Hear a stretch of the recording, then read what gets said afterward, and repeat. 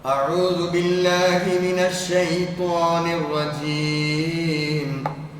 بسم الله الرحمن الرحيم.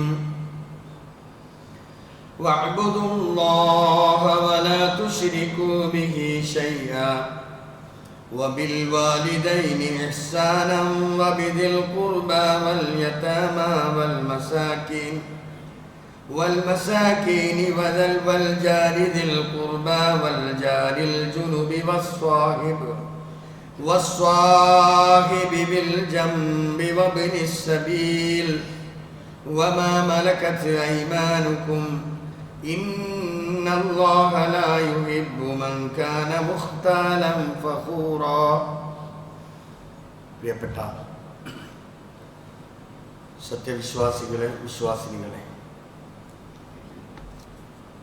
പ്രപഞ്ചനാഥനായ അല്ലാഹു സുബ്ഹാനഹു വ തആലയുടെ നിയമങ്ങളും അവൻ്റെ വിധിവിലക്കുകളും ജീവിതത്തിൻ്റെ ഓരോ ഘട്ടങ്ങളിലും കൃത്യമായി പാലിച്ചുകൊണ്ട് പരമാവധി തഖ്വയിൽ അധിഷ്ഠിതമായി മുത്തഖികളായി മുഅ്മിനുകളായി ജീവിക്കണേ എന്ന് എന്നോടും എല്ലാവരോടും ഓർമ്മപ്പെടുത്തുകയാണ്. ഏത് സമയവും അള്ളാഹുവിൻ്റെ വിളിക്ക് കീഴ്പ്പെട്ടുകൊണ്ട് അവങ്കലേക്ക് മടങ്ങിപ്പോകേണ്ടവരാണ് എന്ന ഒരു ചിന്ത ഏത് സമയവും നമുക്കെല്ലാവർക്കും ഉണ്ടായിരിക്കണം. വളരെ സന്തോഷത്തോടുകൂടി അവൻ്റെ വിളി കേൾക്കാൻ, അവൻ്റെ സമക്ഷത്തിങ്കലേക്ക് തിരിച്ചു പോകാൻ സാധിക്കുന്ന യഥാർത്ഥ മുഅ്മിനുകളിൽ അള്ളാഹു നമ്മയൊക്കെ ഉൾപ്പെടുത്തി അനുഗ്രഹിക്കുമാറാവട്ടെ.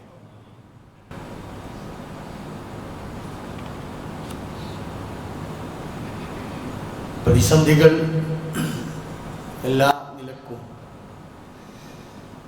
പല വിധേനയും നമുക്ക് അനുഭവപ്പെടാറുണ്ട്. ചില പ്രത്യേക സന്ദർഭങ്ങളിലൊക്കെ ഉണ്ടാകുന്ന ചില പ്രതിസന്ധികൾ, അത് പലപ്പോഴും കാർഷിക രംഗത്തൊക്കെ പ്രതിസന്ധി നേരിടാറുണ്ട്.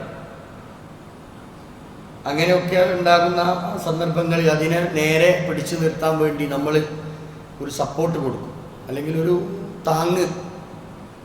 ഇപ്പം ഒരു വാഴക്കൃഷി തോട്ടം നന്നായി കുലച്ചിട്ടുള്ള ഒരു വാഴയാണെങ്കിൽ അത് വലിയ പ്രതിസന്ധി നേരിടുമെന്ന് തോന്നിയാൽ നമ്മൾ അതിനൊരു സപ്പോർട്ട് വെച്ചു കൊടുക്കും, ആ കൊല നേരെ നിൽക്കാൻ വേണ്ടിയിട്ട്. അപ്പോൾ ഒടിഞ്ഞു പോകുന്നതിന് അതിനെ നിവർത്തി നേരെ നിർത്താൻ വേണ്ടിയിട്ടാണ് നമ്മളിങ്ങനെ സപ്പോർട്ട് വെച്ചു കൊടുക്കുന്നത്. ഒരു മാമ്പഴ നിറഞ്ഞു നിൽക്കുന്ന ഒരു മാവിൻ്റെ ഒരു കൊമ്പ്, മാമ്പഴം നിറഞ്ഞു നിൽക്കുന്ന ഒരു കമ്പ്, അത് പൊട്ടിപ്പോകുമോ എന്നൊരാശങ്ക ഉണ്ടാകുമ്പോൾ നമ്മൾ എന്ത് ചെയ്യും? അത് പൊട്ടിപ്പോകാതിരിക്കാൻ ഒന്നുകിൽ കയറ് കൊണ്ട് മുകളിലോട്ട് പിടിച്ച് കെട്ടും, അല്ലെങ്കിൽ ശക്തമായ ഒരു കമ്പ് അല്ലെങ്കിൽ ഒരു തൂണ് വെച്ചുകൊണ്ട് അതിന് സപ്പോർട്ട് കൊടുത്തിട്ട് നമ്മൾ അതിനെ പിടിച്ചു കെട്ടും.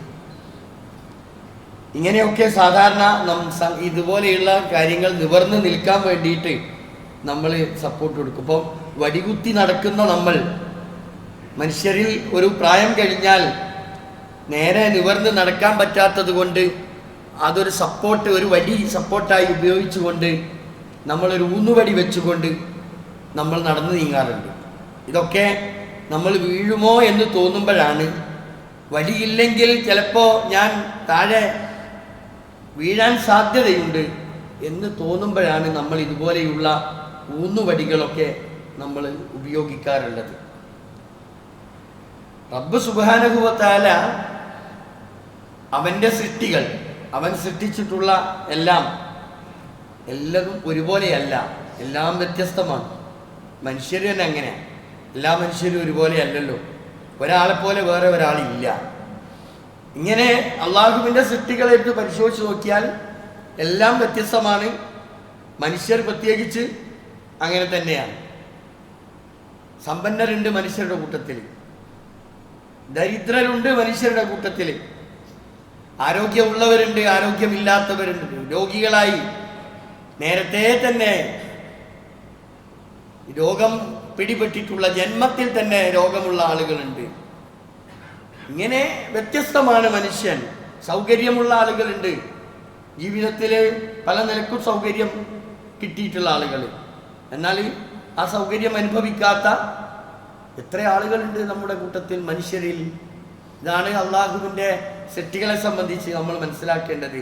എല്ലാം വ്യത്യസ്തമാണ്. ഏത് അള്ളാഹുവിൻ്റെ സൃഷ്ടികളെടുത്ത് പരിശോധിച്ച് നോക്കിയാലും അതൊക്കെ വിഭിന്നങ്ങളായിരിക്കും. ഇത് റബ്ബിൻ്റെ ഒരു വ്യവസ്ഥയാണ്. ഇത് സൃഷ്ടിച്ച റബ്ബ് വെച്ചിട്ടുള്ള ഒരു വ്യവസ്ഥയാണ്. എല്ലാവരും ഇങ്ങനെ വ്യത്യസ്തമായിരിക്കണം. പ്രകൃതിയിൽ ഇങ്ങനെ ഏറ്റക്കുറച്ചിലുകളും നിമ്നോന്നതകളും ഇങ്ങനെ ഉണ്ടാകണം എന്നത് ഈ സൃഷ്ടി നടത്തിയിട്ടുള്ള റബ്ബിൻ്റെ തീരുമാനമാണ്, നമ്മളെ തീരുമാനമല്ല അവിടെ ഒന്നുള്ളത്. അപ്പം റബ്ബിൻ്റെ ഈ വ്യവസ്ഥ ഇങ്ങനെയാകുമ്പോൾ മനുഷ്യരിൽ ഇങ്ങനെ വ്യത്യസ്തമായ രീതികളുള്ള ആളുകളുണ്ട് എന്ന് പറഞ്ഞല്ലോ. ഇത്തരം ഘട്ടങ്ങളിൽ നമുക്ക് ചില ഉത്തരവാദിത്തങ്ങളുണ്ട്. മനുഷ്യന് താങ്ങാകാൻ സാധിക്കണം. മനുഷ്യന് വേറെ ഒരു നമ്മുടെ കൂട്ടത്തിലുള്ള ഒരു സഹജീവിയെ വീഴാൻ പോകുമ്പോൾ പിടിച്ചു നിർത്താൻ നേരെ നിവർത്തി നിർത്തുന്നതിന് വേണ്ടി നമ്മൾക്ക് കഴിയണം. അതാണ് സഹജീവി ബന്ധം എന്ന് പറയുന്നത്.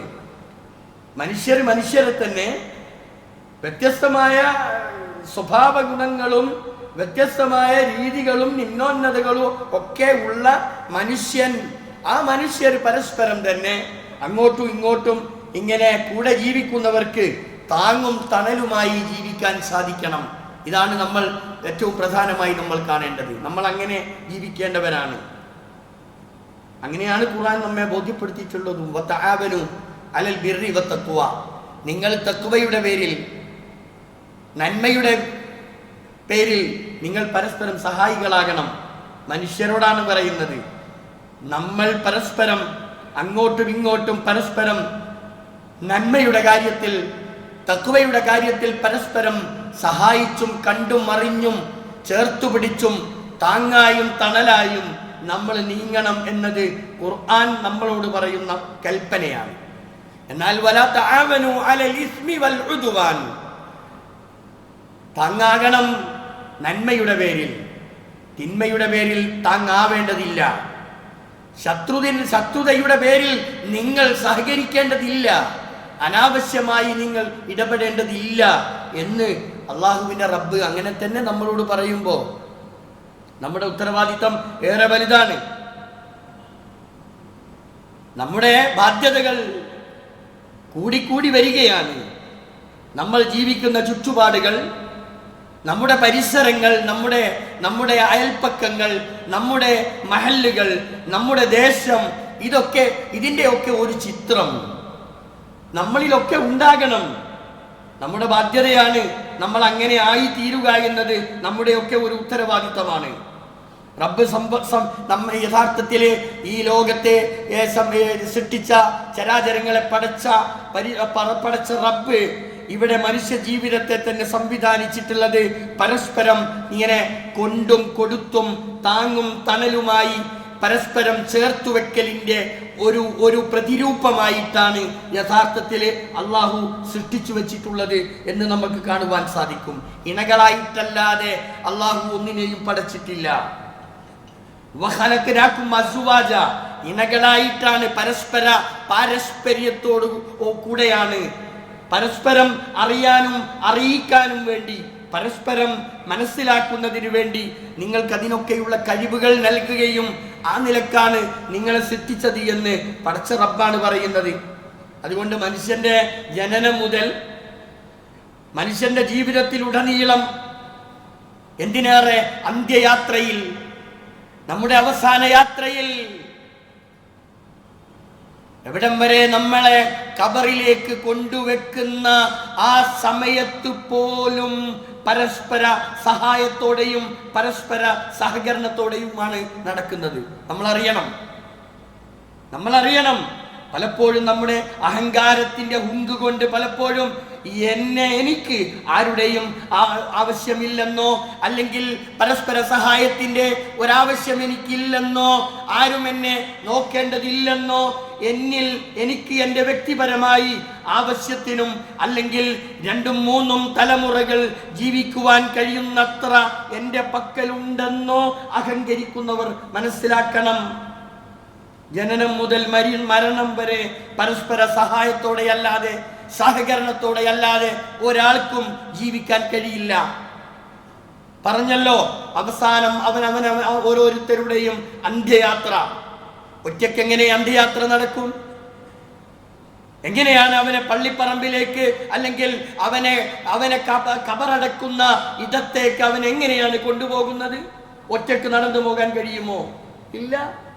അപ്പോൾ പരസ്പരം സഹകരിച്ചുകൊണ്ട് പരസ്പര സേവന മനസ്ഥിതിയോടുകൂടിയാണ് മനുഷ്യൻ ഈ ഭൂമിയിൽ ജനിച്ചേടം മുതൽ മരണം വരെയും അവൻ ഇടപെടേണ്ടതും അവൻ പ്രവർത്തിക്കേണ്ടതും എന്ന് പരിശുദ്ധ ഖുർആൻ നമ്മളെ ബോധ്യപ്പെടുത്തുകയാണ്. ഞാൻ ഓതി വെച്ച ആയത്ത് സൂറത്തു നിസായിലെ 36-ാം വചനം. നമ്മൾ ഏതെങ്കിലും സമയത്ത് ഈ സൂക്തമൊക്കെ ഒന്ന് എടുത്ത് അതിന്റെ വിശദീകരണമൊക്കെ നമ്മളൊന്ന് പഠിക്കണം. ഇവിടെ പറയുന്നത് വഅബ്ദുല്ലാ, നിങ്ങൾ അല്ലാഹുവിനെ മാത്രം ആരാധിക്കണം. വലാ തുശ്രികു ബിഹി ശൈഅ, നിങ്ങൾ അല്ലാഹുവിന്റെ കൂടെ നിങ്ങൾ ഒന്നിനെയും പങ്കു ചേർക്കരുത്, ശിർക്ക് ചെയ്യരുത്. നിങ്ങൾ അത് നമ്മുടെ വിശ്വാസത്തിന്റെ അടിസ്ഥാനമാണ്. മുവഹിദായി ജീവിക്കണം. തൗഹീദാണ് ജീവിതത്തിന്റെ അടിസ്ഥാനം. അത് അടിസ്ഥാനപ്പെടുത്തിക്കൊണ്ടാണ് നിങ്ങൾ ജീവിക്കേണ്ടത്. അത് കഴിഞ്ഞാൽ പിന്നെ വബിൽ വാലിദൈനി ഇഹ്സാന, നിങ്ങളെ പ്രസവിച്ച് നൊന്തു പെറ്റ് നിങ്ങൾക്ക് സംരക്ഷണം നൽകിയ നിങ്ങളുടെ ഉമ്മ, മറ്റ് സംരക്ഷണവും മറ്റ് സേവനവും എല്ലാം നൽകിയ നിങ്ങളുടെ ഉപ്പ, മാതാപിതാക്കൾക്ക് സേവനം നൽകണം എന്നത് വിശ്വാസം കഴിഞ്ഞാൽ തൊട്ടടുത്തുള്ള ഘടകമാണ് എന്ന് പരിശുദ്ധ ഖുർആൻ നമ്മളോട് പറയുന്നു. പിന്നെ ഓർമ്മപ്പെടുത്തുന്നത് വബിദിൽ ഖുർബ വൽ യതാമ വൽ മസാകിൻ, നമ്മുടെ ഇടയിലൂടെ ജീവിച്ചു കൊണ്ടിരിക്കുന്ന പാവപ്പെട്ടവർ, അഗതികളായിട്ടുള്ളവർ, യതീമായിട്ടുള്ള ആളുകൾ, കഴിവില്ലാത്ത ആളുകൾ, അങ്ങനെയുള്ള ആളുകൾക്ക് നിങ്ങൾ സേവനം ചെയ്യണം. അവർക്ക് നിങ്ങളുടെ സഹകരണം അവർക്ക് ആവശ്യമാണ്. വൽ ജാരിദിൽ ഖുർബ, നിങ്ങളുടെ അടുത്ത് താമസിക്കുന്ന അയൽവാസികളോട് നിങ്ങൾക്ക് ഉത്തരവാദിത്തങ്ങളുണ്ട്, നിങ്ങളുടെ ബാധ്യതകളുണ്ട്. അതേപോലെ തന്നെ വൽ ജാരിൽ ജുനുബ്, അല്പം വിട്ടു താമസിക്കുന്ന അയൽവാസിയാണെങ്കിൽ പോലും അവനോട് പോലും നിങ്ങൾക്ക് ഉത്തരവാദിത്തമുണ്ട്. വസ്സാഹിബി ബിൽ ജംബി, നിന്റെ പാർശ്വത്ത് താമസിക്കുന്ന നിന്റെ സഹോദരൻ, അവൻ നിന്റെ സ്നേഹിതനാണ്, അവനോട് നിനക്ക് ബാധ്യതയുണ്ട്. വബിനി സബീൽ, ഒരു വഴിപോക്കരോട്, ഒരു വഴിയാത്രക്കാരനാണെങ്കിൽ അവനോട് പോലും നിനക്ക് ഉത്തരവാദിത്തമുണ്ട് എന്ന് പരിശുദ്ധ ഖുർആൻ നമ്മെ ബോധ്യപ്പെടുത്തുകയാണ്. ഇവിടെ നമ്മൾ മനസ്സിലാക്കേണ്ടത് എന്താ? അള്ളാഹു സൃഷ്ടിച്ചു വെച്ചിട്ടുള്ള മനുഷ്യരുടെ കൂട്ടത്തിൽ, പ്രത്യേകിച്ച് മനുഷ്യരിലുള്ള എല്ലാവിധ വിഭാഗങ്ങളുമായി, ആളുകളുമായി ജാതി നോക്കിയിട്ടല്ല, അവിടെ നിറം നോക്കിയിട്ടല്ല, അവരെ സഹായിക്കേണ്ടതും അവരുമായി ഇടപെടേണ്ടതും ഒരു മനുഷ്യൻ എന്നുള്ള നിലയിൽ മാനുഷികമായ പരിഗണന വെച്ചുകൊണ്ട് നിന്റെ ഉത്തരവാദിത്തങ്ങൾ നീ നിർവഹിക്കണമെന്നതാണ്. ആരുടെയും സഹായം എനിക്ക് ആവശ്യമില്ല എന്ന് പറഞ്ഞാലും ജീവിതം ഒരിക്കലും അപ്രകാരം ഒരാൾക്കും നിലനിർത്തിക്കൊണ്ടുപോകാൻ സാധ്യമല്ല. കാരണം എന്താണെന്നറിയോ? നമ്മൾ ഇവിടെ അനുഭവിക്കുന്നത് എല്ലാം വേറെ ഒരാളുടെ സേവനത്തിലൂടെ ഉണ്ടായതിനെയാണ് ഞാനും നിങ്ങളും അനുഭവിച്ചു കൊണ്ടിരിക്കുന്നത്. അന്യരുടെ അത്യാധ്വാനം, കഠിനമായ അധ്വാനം നമ്മൾ ഉപയോഗിക്കുന്ന ഏത് സംഗതികളിലുമുണ്ട് എന്ന വസ്തുത നമ്മൾ അറിയണം. നമ്മൾ കഴിക്കുന്ന ഭക്ഷണം, എനിക്കാരുടെയും സേവനം ആവശ്യമില്ല, എനിക്ക് ഞാൻ തന്നെ മതി എന്ന് വിചാരിക്കുന്ന ഒരു ചിന്ത. നമ്മൾ കഴിക്കുന്ന ഭക്ഷണത്തിന്റെ സ്ഥിതി മാത്രം എടുത്ത് പരിശോധിച്ച് നോക്കൂ. നമ്മൾ ധരിക്കുന്ന നമ്മുടെ ഉടയാടകൾ, നമ്മൾ ഉടുക്കുന്ന നമ്മുടെ വസ്ത്രങ്ങൾ, നമ്മൾ താമസിക്കുന്ന നമ്മുടെ വീട്, നമ്മൾ ഉപയോഗിക്കുന്ന നമ്മുടെ വാഹനം, എന്തിനേറെ നമ്മൾ കുടിച്ചുകൊണ്ടിരിക്കുന്ന നമ്മുടെ വെള്ളം, ഇതൊക്കെ സ്വന്തമായിട്ട് നമ്മൾ ഉണ്ടാക്കിയെടുത്തതാണോ? അപ്പൊ അന്യരുടെ സേവനം, മറ്റുള്ളവരുടെ സേവനം ഒക്കെ ഇതിലില്ലേ, പങ്കില്ലേ? അപ്പം ആരുടെയും സേവനമില്ലാതെ, ആരുടെയും ഒത്താശയില്ലാതെ, സഹകരണമില്ലാതെ ജീവിക്കാൻ എനിക്ക് ഞാൻ തന്നെ മതി എന്ന ചിന്ത അത് മൗഢ്യമാണ് എന്ന് നമ്മൾ മനസ്സിലാക്കണം. അപ്പം മുഴുവൻ സൗകര്യങ്ങളും അനേകായിരം ആളുകളുടെ അധ്വാനത്തിന്റെ ഫലമാണ്. അപ്പൊ അങ്ങനെ അധ്വാനിച്ചുണ്ടാക്കിയിട്ടുള്ളതാണ് ഞാൻ ഉപയോഗിക്കുന്നത് എന്ന് നമ്മൾ മനസ്സിലാക്കണം. അതുകൊണ്ട് നമ്മൾ ചെയ്യേണ്ടത് എന്താ? നമ്മൾക്ക് ഈ ബാധ്യത എന്താ? നമ്മൾ സഹായികളായി മാറണം. എല്ലാവർക്കും ഒരു സഹായിയായി നമ്മൾ മാറണം. സങ്കുചിതത്വം നമ്മൾ ഒഴിവാക്കണം. ഞാനും എൻ്റെ കെട്ടിയോളും എന്ന ചിന്ത മാറണം. ഞാൻ എനിക്ക് മതി എന്ന നിലപാട്, സ്വന്തം കാര്യം സിന്ദാബാദ് വിളിക്കുന്ന ആ ഒരു രംഗത്ത് നിന്ന് നമ്മൾ മുച്ചൂടും മാറിയേ പറ്റൂ. അന്യർക്ക് വേണ്ടി ജീവിക്കാൻ, മറ്റുള്ളവർക്ക് വേണ്ടി ജീവിക്കാനാണ് ഒരു മനുഷ്യൻ എന്നുള്ള നിലയിൽ ഖുർആൻ മനുഷ്യനോട് ആവശ്യപ്പെടുന്നത് നമ്മൾ അറിയണം. നമ്മൾ ചെയ്യേണ്ടത് എന്തൊക്കെയാ? എല്ലാവരോടും നല്ല വാക്കുകൾ പറയണം. വഖൂലു ഖൗലൻ മഅറൂഫ വഖൂലു ഖൗലൻ സദീദ എന്നൊക്കെ ഖുർആൻ അടിക്കടി ഓർമ്മപ്പെടുത്തിയിട്ടുള്ളത് നല്ലത് പറയുകയാണ്. നല്ല വർത്തമാനങ്ങൾ പറയണം. അതേപോലെ തന്നെ പ്രവർത്തനങ്ങൾ കൊണ്ട്, നല്ല പ്രവർത്തനങ്ങൾ കൊണ്ട് നമ്മൾ നിഴലിച്ചു നിൽക്കണം. വഅഹ്സിൻ കമാ അഹ്സനല്ലാഹു ഇലൈക്, അല്ലാഹു തആല നിനക്ക് എന്തുമാത്രം നന്മ ചെയ്തിട്ടുണ്ടോ അതുപോലെ നീയും നന്മയുടെ വാഹകനായി നീ മാറണം എന്നത് ഖുർആനിന്റെ കൽപ്പനയാണ്. അതേപോലെ തന്നെ പ്രയാസപ്പെടുന്ന, മാനസികമായി അങ്ങേയറ്റം വ്യാകുലതയിലും ആകുലതയിലും അകപ്പെട്ട് മനം നൊന്ത് കഴിയുന്നവന് സമാധാനത്തിന്റെ ഒരു വാക്ക് നൽകിയാൽ അത് പുണ്യമാണെന്ന് പഠിപ്പിച്ച മതം. നമ്മൾക്ക് കഴിയില്ലേ അതിന്? വ്യസനിക്കുന്ന, പ്രയാസപ്പെടുന്നവനോട് ഒരു സമാധാനത്തിന്റെ വാക്ക് പറഞ്ഞുകൊണ്ട് അവനെ നെഞ്ചത്ത് കുത്തുന്ന കുത്തുവാക്കുകൾ ഒഴിവാക്കി സമാധാനത്തിന്റെ തെളിനീര് നൽകാൻ വിശ്വാസികൾക്ക് കഴിയണം. ഇത് പരിശുദ്ധ ഖുർആനിന്റെ കൽപ്പനയാണ്. അതേപോലെ തന്നെ നന്മകൾക്ക് നേതൃത്വം കൊടുക്കുകയും നന്മകളുടെ കൂടെ നിൽക്കുകയും നന്മകൾ കൽപ്പിക്കുന്നതോടൊപ്പം നന്മകൾ പ്രവർത്തിക്കുകയും ചെയ്യണം എന്നത് പരിശുദ്ധ ഖുർആനിന്റെ പച്ചയായ കൽപ്പനയാണ്. സത്യവിശ്വാസികളുടെ സ്വഭാവമായി ഖുർആൻ എണ്ണിയിട്ടുള്ളതാ. തഅ്മുറൂന ബിൽ മഅറൂഫ്, നിങ്ങൾ നല്ലത് കൊണ്ട് കൽപ്പിക്കുന്നവരാ. വതൻഹൗന അനിൽ മുൻകർ, അനാവശ്യമായ കാര്യങ്ങളെ തൊട്ട് വിരോധിക്കണം. അത് വിരോധം പ്രകടിപ്പിക്കുകയും അങ്ങനെ തന്നെ അത് കൽപ്പിക്കുകയും ചെയ്യുന്നവരാണ് നിങ്ങൾ, സത്യവിശ്വാസികളായ നിങ്ങൾ എന്ന് ഖുർആൻ. വൽതകും മിൻകും, നിങ്ങളിൽ നിന്നുണ്ടാവട്ടെ ഉമ്മ, ഒരു സമൂഹം, ഒരു വിഭാഗം ആളുകൾ നിങ്ങളിൽ നിന്നുണ്ടാകണം. തഅ്മുറൂന ബിൽ മഅറൂഫി വതൻഹൗന അനിൽ മുൻകർ, നല്ലത് പറയുകയും ചീത്തയായ കാര്യങ്ങൾക്ക് എതിര് നിൽക്കുകയും ചെയ്യുന്ന ഒരു സംഘം ആളുകൾ നിങ്ങളിൽ നിന്നുണ്ടാവട്ടെ എന്ന ഖുർആനിന്റെ ആ ഒരു താല്പര്യമുണ്ടല്ലോ, ഇത് ശിരസ വഹിക്കേണ്ടവരാണ് നമ്മൾ. നമ്മൾ മാതൃകയായി ജീവിക്കണം. ഏതു പ്രതിസന്ധി ഘട്ടങ്ങളിലും താങ്ങായി, തണലായി, ഒന്നായി കണ്ടുകൊണ്ട്, സ്നേഹിച്ചുകൊണ്ട്, വക്രതയില്ലാത്ത മനസ്സുമായി ആളുകളെ സമീപിക്കാൻ നമ്മൾക്ക് കഴിയണം. അങ്ങനെയുള്ള ഒരു സംഘമായി നമ്മൾ മാറണം. ചിലപ്പോ ചില പ്രയാസങ്ങൾ അനുഭവിക്കുന്ന ആളുകളുടെ അടുത്ത് ചെന്ന് നമ്മുടെ സാമീപ്യം, നമ്മുടെ ഇടപെടലുകൾ, അവരുമായി നമ്മൾ പങ്കുവെക്കുന്ന കാര്യങ്ങൾ കൊണ്ടൊക്കെ എന്തുമാത്രം പ്രയാസങ്ങൾ തീർക്കാം. അപ്പൊ നമ്മുടെ സാമീപ്യവും അതേപോലെ തന്നെ നമ്മുടെ പെരുമാറ്റവും നമ്മുടെ ചേർത്തുപിടിക്കൽ കൊണ്ടും സാമ്പത്തികമായി ബുദ്ധിമുട്ടനുഭവിക്കുന്നവനെ സാമ്പത്തികമായി സഹായിക്കേണ്ട ഘട്ടങ്ങളിൽ അവനെ സഹായിക്കാനും അത്തരം സന്ദർഭങ്ങൾ നമ്മൾ ഉപയോഗപ്പെടുത്തുക. ഇനി ഇതിനൊന്നും സാധ്യമല്ലെങ്കിലും ഒരു സന്ദർശനം ഒരു പക്ഷേ അത് വലിയ മാറ്റങ്ങൾക്ക് സാധ്യമാകാൻ സാധ്യതയുണ്ട്. പ്രയാസപ്പെട്ട് വീടിന്റെ അകത്തളങ്ങളിൽ മാത്രം കഴിഞ്ഞുകൂടുന്ന എത്ര ആളുകളുണ്ട് നമ്മുടെ ദേശത്ത്. നമ്മൾ അറിയുമോ ഇത്? നമ്മുടെ ദേശത്തുള്ള ആളുകളെ ഏതെങ്കിലും സമയത്ത് ഒരു മരണവാർത്ത കേൾക്കുമ്പോ ഇന്നയാള് മരിച്ചുവല്ലേ എന്ന് കേൾക്കുന്നതിനപ്പുറം നമ്മുടെ ഈ ദേശത്തുള്ള, നമ്മുടെ ഈ മഹല്ലിലുള്ള, നമ്മുടെ ഈ പ്രദേശവാസികളെ കുറിച്ചുള്ള ഒരു ഡാറ്റ നമ്മൾക്ക് വേണം. ഇങ്ങനെ മാനസികമായി അങ്ങേയറ്റം പ്രയാസപ്പെട്ടുകൊണ്ട് വീട്ടിൽ കഴിഞ്ഞുകൂടുന്ന ആളുകളെ ഒരുപക്ഷെ ഒരു സന്ദർശനം കൊണ്ട്, ഒരു നല്ല വാക്ക് പറയൽ കൊണ്ട്, ഒരു സാമീപ്യം കൊണ്ട്, നമ്മുടെ പെരുമാറ്റം കൊണ്ട് എന്തുമാത്രം മാറ്റങ്ങൾ ഉണ്ടാകും. ഇതൊക്കെ നമ്മൾ അറിയണ്ടേ? ഇനി അതിനും കഴിഞ്ഞില്ലേ, ഒരു ഫോൺ കോൾ. നമ്മൾ ഇന്ന് ശാസ്ത്രലോകത്താണ്. നമ്മൾക്കൊരു ഫോൺ കോൾ ചെയ്താൽ ഒരു പക്ഷേ വലിയ മാറ്റങ്ങൾ സൃഷ്ടിക്കുവാൻ സാധിച്ചെന്ന് വരാം. ഇല്ല, അതിനും സാധ്യമല്ലേ? എങ്കിൽ പ്രാർത്ഥിക്കൂ. നിങ്ങൾ ധാരാളമായി പ്രാർത്ഥിക്കാം.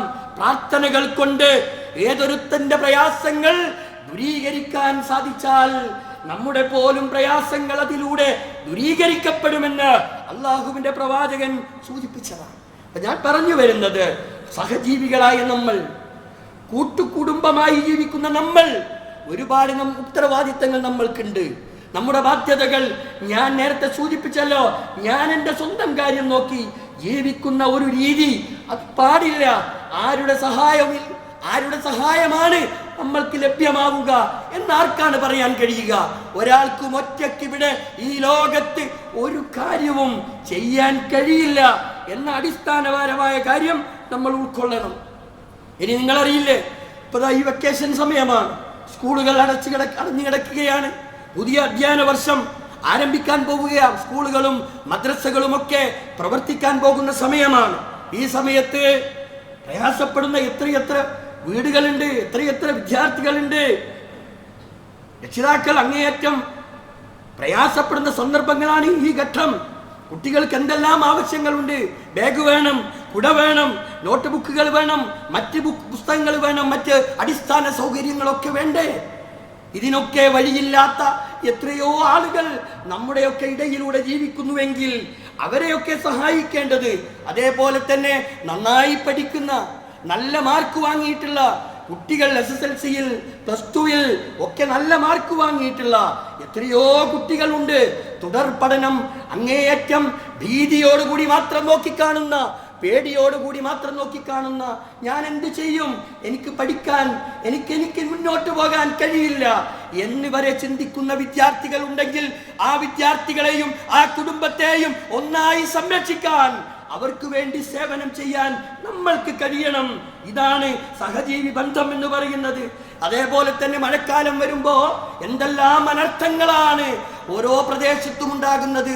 ചോർന്നൊലിക്കുന്ന വീടുകൾ ഇല്ലെന്ന് നമ്മൾ എത്ര പറഞ്ഞാലും അതിന്റെ പേരിൽ പ്രയാസപ്പെടുന്ന ആളുകൾ ഇത് ജാതി നോക്കിയല്ല, നിറം നോക്കിയല്ല, കൊടിയുടെ നിറത്തിന്റെ പേരിലല്ല, മാനുഷികമായ പരിഗണനകൾ വെച്ചുകൊണ്ട് നമ്മൾ ചെയ്യേണ്ട ഉത്തരവാദിത്തങ്ങളില്ലേ? അത്തരം ഘട്ടങ്ങളിൽ രോഗികളായി കിടക്കുന്നവരെ, വീടില്ലാത്തവരെ, അതേപോലെ തന്നെ ജോലിയില്ലാതെ കഷ്ടപ്പെടുന്നവരെ, വാടകയ്ക്ക് താമസിക്കുന്നവർക്ക് വാടക കൊടുക്കാനില്ലാതെ ജീവിതം വഴിമുട്ടി നിൽക്കുന്നവരെ സഹായിക്കാൻ ഇസ്ലാം നമ്മളോട് ആവശ്യപ്പെടുന്നു. നമ്മൾക്കല്ലേ ഇതിന്റെയൊക്കെ ബാധ്യതയുള്ളത്? ഇവിടെ SSLCയുടെ റിസൾട്ട് വന്നു, അല്ലേ? +2വിന്റെ റിസൾട്ട് വന്നു. എല്ലാ സ്റ്റാറ്റസുകളും ഇത് റിസൾട്ടിന്റെ സ്റ്റാറ്റസുകളാണ്. മുഴുവൻ A+ അർഹരായിട്ടുള്ള കുട്ടികളുടെ സ്റ്റാറ്റസ് ആണ് ഓരോരുത്തരും വെച്ചിട്ടുള്ളത്. എന്നാൽ 9A+ കിട്ടിയവരില്ലേ, 8A+ കിട്ടിയവരില്ലേ, ഒന്നും ചർച്ചയില്ല. അവരെ കുറിച്ച് എവിടെയും ചർച്ചയില്ല.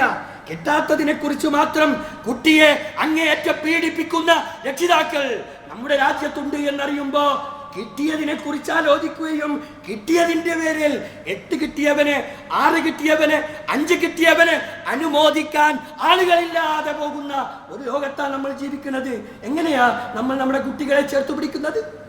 നമ്മുടെ കുട്ടികളെ നമ്മൾ ചേർത്ത് പിടിക്കണ്ടേ? കുട്ടികളെ എപ്പോഴും പഴിചാരിക്കൊണ്ടിരിക്കുന്ന ദുസ്വഭാവം അത് നമ്മൾ ഒഴിവാക്കണം. കുട്ടികൾ ഇതിന്റെ പേരിൽ, നമ്മുടെ പഠന രീതിയുടെ പേരിൽ, അല്ലെങ്കിൽ ഈ വിഷയത്തിന്റെ പേരിൽ മാത്രം A+ കിട്ടി എന്നതിന്റെ പേരിൽ നമ്മൾ അനുമോദിക്കുന്നത് ശരിയാ. എന്നാൽ അതിന്റെ പിന്നിൽ, അവന്റെ പിന്നിൽ സ്വഭാവരംഗത്ത് വളരെ ദൂഷ്യമായ സ്വഭാവങ്ങൾ ഒരു പക്ഷേ ഉണ്ടായേക്കാം. നേരെ തിരിച്ചും A+ കിട്ടാത്ത കുട്ടികൾ വീട്ടിൽ അവൻ ഒന്നാമനായിരിക്കും, ഉമ്മയുടെയും ഉപ്പയുടെയും അടുത്തവൻ ഒന്നാമനായിരിക്കും, പള്ളിയിൽ അവൻ കൃത്യമായി പോകുന്നവനായിരിക്കും, അവനും A+ തന്നെയാണ് എന്ന് മനസ്സിലാക്കാൻ നമ്മൾക്ക് കഴിയണം. നമ്മുടെ മക്കളെ നമ്മൾ ചേർത്തു പിടിക്കണം. നമ്മുടെ മക്കളെ നമ്മൾ ഒരിക്കലും വേട്ടയാടരുത്. തന്റെ കുട്ടി വേറെ ഒരു കുട്ടിയോട് ഉപമിച്ചുകൊണ്ട് നമ്മൾ നമ്മുടെ കുട്ടികളെ വേട്ടയാടിയാൽ അതുമൂലമുണ്ടാകുന്ന അതിന്റെ ഭവിഷ്യത്ത് അതെത്ര മാത്രമാണ് എന്ന് നമ്മൾ അറിയേണ്ടതുണ്ട്, നമ്മൾ മനസ്സിലാക്കണം. അപ്പോ പരസ്പരം അറിഞ്ഞും ചേർത്തു പിടിച്ചും നമ്മൾ മുന്നോട്ട് പോകണം. കാരുണ്യമാണ്, സ്നേഹമാണ് സർട്ടിഫിക്കറ്റിന്റെ A+നേക്കാളും വലിയത് എന്ന് നമ്മൾ അറിയണം.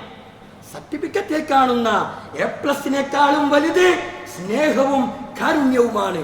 തന്റെ കുട്ടിയിൽ നിന്ന് അങ്ങേയറ്റത്തെ സ്നേഹം, വാത്സല്യത്തോടു കൂടി തന്റെ ബാപ്പയെ കാണുന്ന ഒരു കുട്ടി ആ കുട്ടിക്ക് സർട്ടിഫിക്കറ്റിൽ A+ കിട്ടിയില്ലെങ്കിൽ അവൻ A+കാരനാണ്, അള്ളാഹുവിന്റെ പക്കൽ A+കാരനാണ്. അതാണ് വളരെ കൃത്യമായി നമ്മൾ അറിയേണ്ടത്. അള്ളാഹുവിന്റെ പ്രവാചകൻ വളരെ കൃത്യമായി ഓരോ കാര്യങ്ങളും എടുത്തെടുത്തെടുത്തു പറഞ്ഞിട്ടുണ്ട്. നമസ്കരിക്കുന്നുണ്ട്, നോമ്പെടുക്കുന്നുണ്ട്, ആരാധനാ കർമ്മങ്ങൾ ചെയ്യുന്നുണ്ട്, എല്ലാ കർമ്മങ്ങളും ചെയ്യുന്നവനാണ്. പക്ഷേ അവനെ കുറിച്ച് അല്ലെങ്കിൽ അവളെ കുറിച്ച് അവൻ തന്റെ അയൽവാസിയോട് മോശമായി പെരുമാറുന്നവനാണ്. അള്ളാഹുവിന്റെ പ്രവാചകരെ അവന്റെ റിസൾട്ട് എന്താണ്, അവളുടെ റിസൾട്ട് എന്താണ് എന്ന് ചോദിച്ചപ്പോ റസൂൽ പറഞ്ഞു വഹുവ ഔ വഹിയ ഫിന്നാർ. അവനാകട്ടെ അവളാകട്ടെ നരകത്തിലാണ്. നിസ്കരിച്ചത് കൊണ്ടായില്ല, നോമ്പെടുത്തത് കൊണ്ടായില്ല, മറ്റ് കർമ്മങ്ങൾ ചെയ്തത് കൊണ്ടായില്ല. തന്റെ അയൽവാസിയെ സംരക്ഷിക്കുന്ന വിഷയത്തിൽ അവൻ മോശക്കാരനാണെങ്കിൽ അവൻ നരകാവകാശിയാണ്. നമ്മൾ അറിയണം, മൻ കാന യുഅ്മിനു ബില്ലാഹി വൽ യൗമിൽ ആഖിർ ഫൽയുക്രിം ജാറഹു. ഇത് അല്ലാഹുവിന്റെ പ്രവാചകൻ പറഞ്ഞതാ. അല്ലാഹുവിലും അന്ത്യദിനത്തിലും വിശ്വസിക്കുന്നവരാണെങ്കിൽ തന്റെ അയൽവാസിയെ മാന്യതയോടുകൂടി കാണട്ടെ.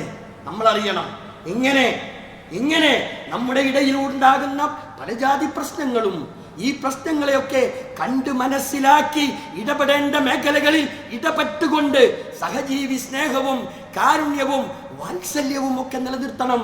പഠന രംഗത്ത് നിഴലിച്ചു നിൽക്കുന്ന കുട്ടികളെ, വിദ്യാർത്ഥികളെ അവർക്ക് ആവശ്യമായ സൗകര്യങ്ങൾ ചെയ്തു കൊടുക്കാനുള്ള ബാധ്യത നമ്മൾക്കാണ്. എന്നാൽ ചില സാഹചര്യങ്ങൾ കൊണ്ട് നഷ്ടപ്പെട്ടു പോയിട്ടുള്ള കാര്യങ്ങൾ അത് വീണ്ടെടുക്കാൻ നല്ല മനസ്സോടുകൂടി വിദ്യാർത്ഥികളെ പ്രോത്സാഹിപ്പിക്കുക എന്നതിനപ്പുറം അവരെ ഈ സമൂഹത്തിൽ നിന്ന് ഒറ്റപ്പെടുത്തുന്ന രീതി അതൊരിക്കലും ശരിയല്ല. ഇസ്ലാം അതിനെതിരാണ് എന്നുകൂടി നമ്മൾ മനസ്സിലാക്കുക. അള്ളാഹു നമ്മെ അനുഗ്രഹിക്കുമാറാവട്ടെ.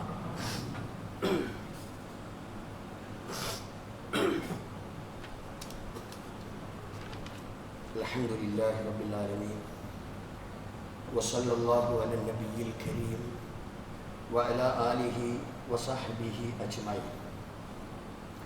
ഇത്തഖുല്ലാഹ സാനിയം ബിത്തഖ്വല്ലാഹ്. പ്രിയപ്പെട്ട സഹോദരങ്ങളെ, അള്ളാഹുവിനെ സൂക്ഷിച്ച് മുത്തഖികളായി ജീവിക്കണമെന്ന് ഒരിക്കൽ കൂടി വസിയ്യത്ത് ചെയ്യുകയാണ്. കഴിഞ്ഞ ആഴ്ചയിൽ നമ്മുടെ രാജ്യത്ത് വയസ്സായ 2 പേർ, വൃദ്ധ ദമ്പതികൾ, അവർ മരണപ്പെട്ടു. നമ്മൾ പത്രങ്ങളിലൂടെയാണ് നമ്മൾ അറിയുന്നത്.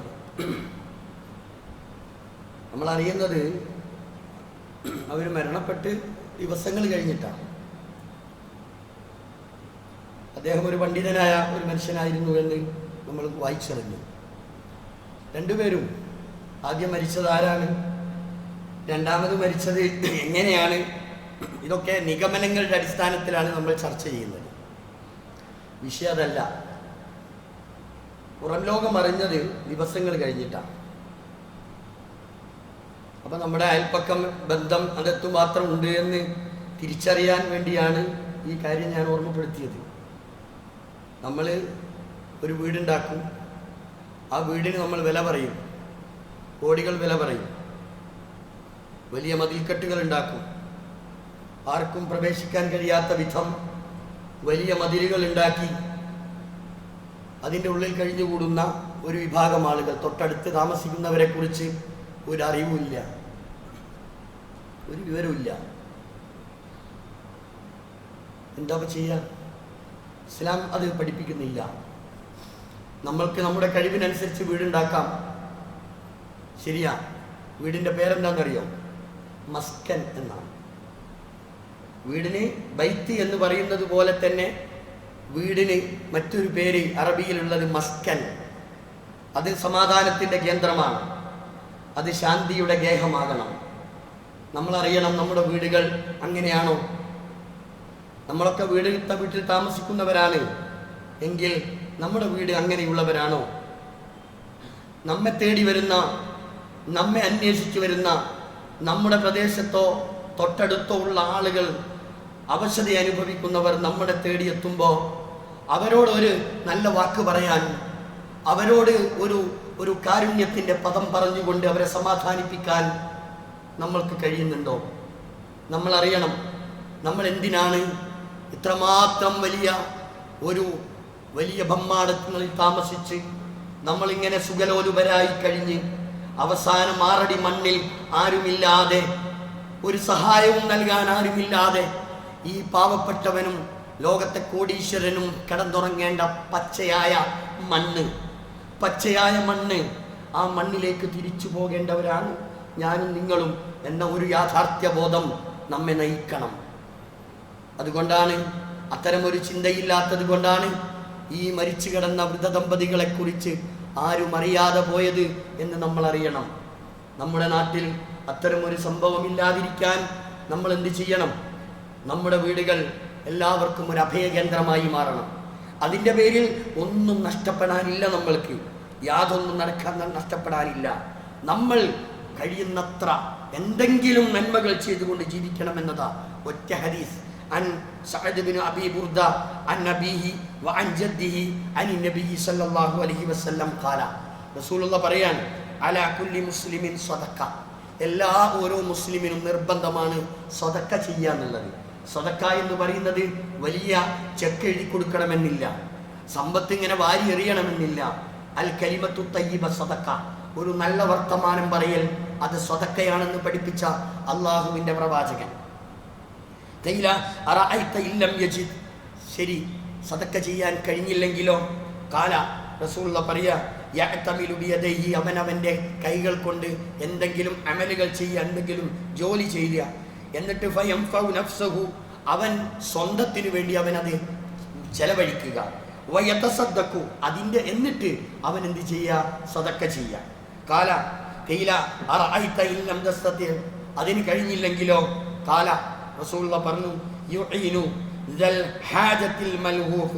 ദുഃഖാകുലനായ ആവശ്യക്കാരൻ ഉണ്ടാകാം, അങ്ങേയറ്റം വ്യാകുലപ്പെട്ടുകൊണ്ട് എല്ലാ ക്ഷമയും നഷ്ടപ്പെട്ട് അവസാനത്തെ ഒരു പ്രയാസത്തിൽ നിൽക്കുന്ന സമയത്ത് അവന് നൽകുന്ന ഒരു സന്തോഷത്തിൻ്റെ വാക്കുകൾ, അവന് നൽകുന്ന ഒരു സേവനമുണ്ട്. അതിനെങ്കിലും നിങ്ങൾക്ക് കഴിയുമെങ്കിൽ അത് നിങ്ങൾക്ക് ചെയ്യാം. അതിനും കഴിഞ്ഞില്ലെങ്കിലോ? കാല റസൂലുള്ള പറഞ്ഞു, നല്ലതെന്തെങ്കിലും ചെയ്തു കൊടുക്കുക, നല്ല വാക്കുകളോ നല്ല പ്രവൃത്തികളോ ഏതെങ്കിലും ഒരാൾക്ക് വേണ്ടി, കഷ്ടപ്പെടുന്നവന് വേണ്ടി ചെയ്തു കൊടുക്കുക.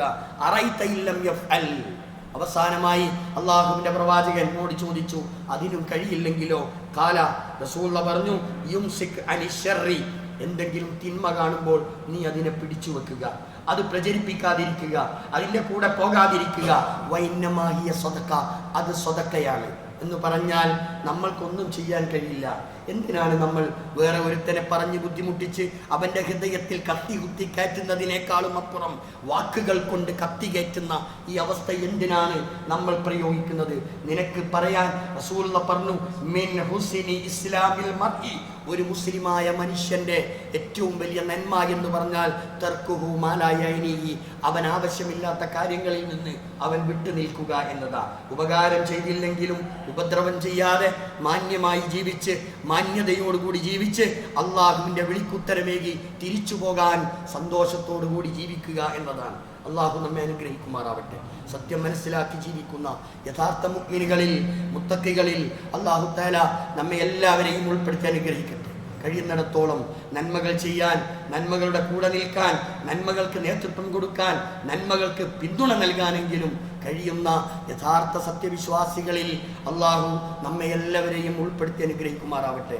അള്ളാഹുവേ, ഒരു വിഭാഗത്തെ സ്വർഗത്തിലേക്കും മറ്റൊരു വിഭാഗത്തെ നരകത്തിലേക്കും ആനയിക്കപ്പെടുമ്പോൾ സ്വർഗത്തിലേക്ക് തെളിക്കപ്പെടുന്നവരിൽ അള്ളാഹുവേ, ഈ പാവപ്പെട്ട ഞങ്ങളെ എല്ലാവരെയും നീ നയിക്കണമേ റബ്ബേ. അള്ളാഹുവേ, പാപികളാണ്, ദോഷികളാണ് റബ്ബേ. ഞങ്ങളുടെ അറിവില്ലായ്മ കൊണ്ട് പലതും ഞങ്ങൾ ചെയ്തു പോയിട്ടുണ്ട്. അള്ളാഹുവേ, അതെല്ലാം നിന്റെ മഹത്തായ ഫളിൽ കൊണ്ട് അള്ളാഹുവേ അതെല്ലാം ഞങ്ങൾക്ക് വിട്ടുപുറത്തു മാപ്പാക്കി തരണേ അല്ലാ. അള്ളാഹുവേ, അതിശക്തമായ ചൂട് കൊണ്ട് ഞങ്ങൾ കഷ്ടപ്പെടുകയാണ്. വെള്ളമില്ലാതെ ബുദ്ധിമുട്ടുന്ന എത്രയോ കുടുംബങ്ങൾ അള്ളാഹുവേ ഞങ്ങളോടൊപ്പം ജീവിക്കുന്നുണ്ട് റബ്ബേ. അള്ളാഹുവേ, ഞങ്ങൾക്ക് മഴ നൽകി, ഞങ്ങൾക്ക് നിന്റെ കരുണ നൽകി അനുഗ്രഹിക്കണേ റബ്ബേ. അല്ലാഹുമ്മ അഗ്സ്നാ, അല്ലാഹുമ്മ അഗ്സ്നാ, അല്ലാഹുമ്മ അഗ്സ്നാ യാ റബ്ബൽ ആലമീൻ. അള്ളാഹുവേ, നിന്റെ കാരുണ്യത്തെക്കുറിച്ച് അള്ളാഹുവേ 100-ൽ-1 മാത്രമാണ് റബ്ബേ നീ ഞങ്ങൾക്ക് നൽകിയിട്ടുള്ളത്, ലോകത്ത് നീ നൽകിയിട്ടുള്ളത്. അതിൻ്റെ ഭാഗമായി റബ്ബേ ഞങ്ങൾക്ക് മഴ നൽകി. അല്ലാഹുവേ ഞങ്ങളോട് കരുണ കാണിക്കണേ റബ്ബേ. അല്ലാഹുമ്മ ഗ്ഫിർ ലിൽ മുഅ്മിനീന വൽ മുഅ്മിനാത്ത് വൽ മുസ്ലിമീന വൽ മുസ്ലിമാത്ത് അൽഅഹ്യാഇ മിൻഹും വൽ അംവാത്ത് إنك مجيب الدعوات ويا قاضي الحاجات ربنا اغفر لنا ولإخواننا الذين سبقونا بالإيمان فلا تجعل في قلوبنا غلا للذين آمنوا ربنا إنك رؤوف رحيم اللهم أجرنا من النار اللهم أجرنا من النار اللهم أجرنا من النار اللهم أعز الإسلام والمسلمين اللهم أعز الإسلام والمسلمين اللهم أعز الإسلام والمسلمين وأذل الشرك والمشركين اللهم اجعلنا من المسلمين واجعلنا من المتقين واجعلنا من المخلصين ربنا تقبل منا دعاءنا إنك أنت السميع العليم وتب علينا إنك أنت التواب الرحيم اللهم ربنا ظلمنا أنفسنا وإن لم تغفر لنا وترحمنا لنكونن من الخاسرين ربنا هب لنا من أزواجنا وذرياتنا قرة أعين واجعلنا للمتقين إماما اللهم أغثنا يا رب العالمين اللهم أغثنا يا رب العالمين اللهم أغثنا يا رب العالمين ربنا آتنا في الدنيا حسنة وفي الآخرة حسنة وقنا عذاب النار